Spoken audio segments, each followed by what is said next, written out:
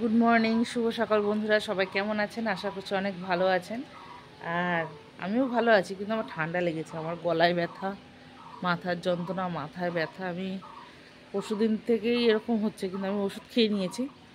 নেওয়ার পরেও শরীরটা ঠিক নেই। ঢোক গিলতে গেলে ভীষণ কষ্ট হচ্ছে। এদিকে এই জায়গাটা ফুলেছে, এই জায়গাটা এমনিতে তো ফোলা, এখানটা বোঝা যাবে না, আমি বুঝতে পারছি।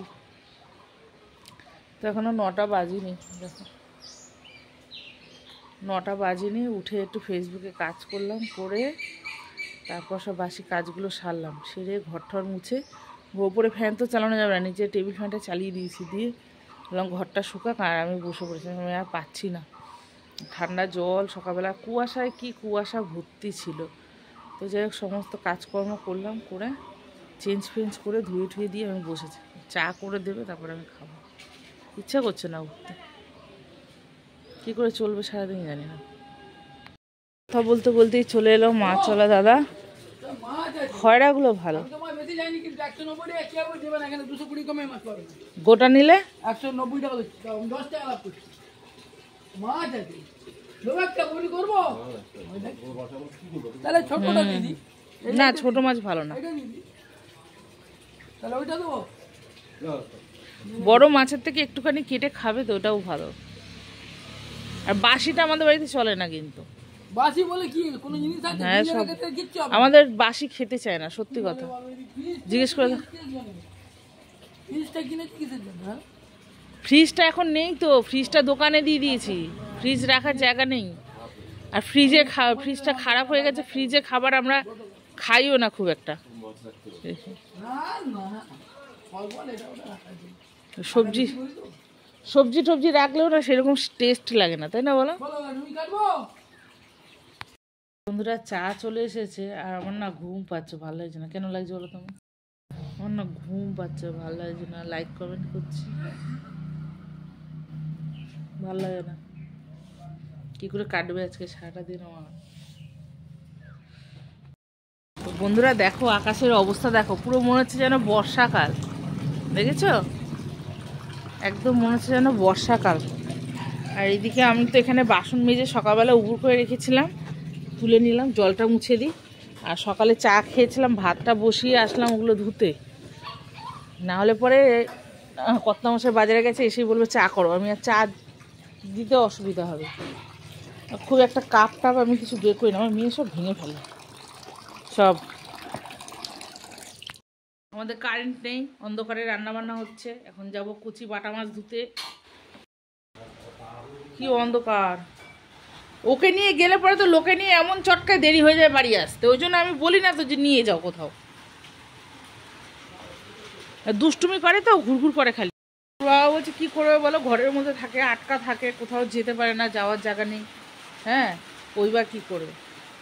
আবার যদি ওর বাবা যদি নিয়ে যায় না বিরাট কোথাও, মানে যেই দেখে সেই আদর করে, ডাকে, আটকায়, ওখানে আধা ঘন্টা 1 ঘন্টা দেরি।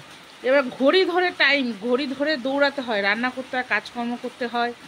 ওর বাবাকেও তাই, সব টাইমে, মানে বলে বোঝানো যাবে না, এত কিছু ভিডিওতে দেখানো যায় না। একদম ঘড়ির কাঁটা মেপে মেপে এই টাইমে এটা করতে হবে, এই টাইমে।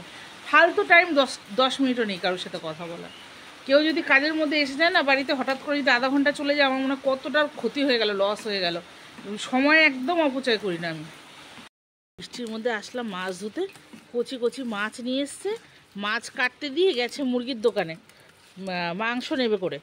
এবার সেই ছেলেটা ছিল না দোকানে, কিছুক্ষণ পর এসছে, এসে বলছে যে মাংস তো শেষ হয়ে গেছে, মুরগি আনতে পাঠিয়েছি, রয়েছে কিছুটা বডির মাংস। তোর বাবা বললো যে না, ও বডির মাংস খাওয়া যাবে না, নেব না। তো আমি বললাম যে তুমি নিয়ে আসতে পারতে বডি, ওই পকোড়া করে দিতাম, এবং চিকেন পকোড়া করে দিতাম। কেন এরকম ওয়েদারে একটু পকোড়া টকোড়া ভালো লাগে, কিন্তু ভাত দিয়ে রুটি দিয়ে ছেলে মেয়ে খেতে পারবে না। তো ভিনিগার টিনিগার দিয়ে মেখে একটু পকোড়া করলে পরে কিন্তু মাংসটা মানে সফট হয়ে যায় আর কি, অতটা ওরকম লাগে না, শক্ত লাগে না। অনেকে আছে মুরগির মাংস প্রেশারে দেয়, আমরা তো ওইভাবে দিই না।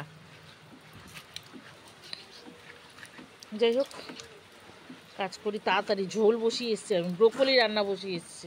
আবার নাইটে ডিউটি করবে, রুটি করে দেবো, রুটি নিয়ে যাবে, রাতের খাবার নিয়ে যাবে।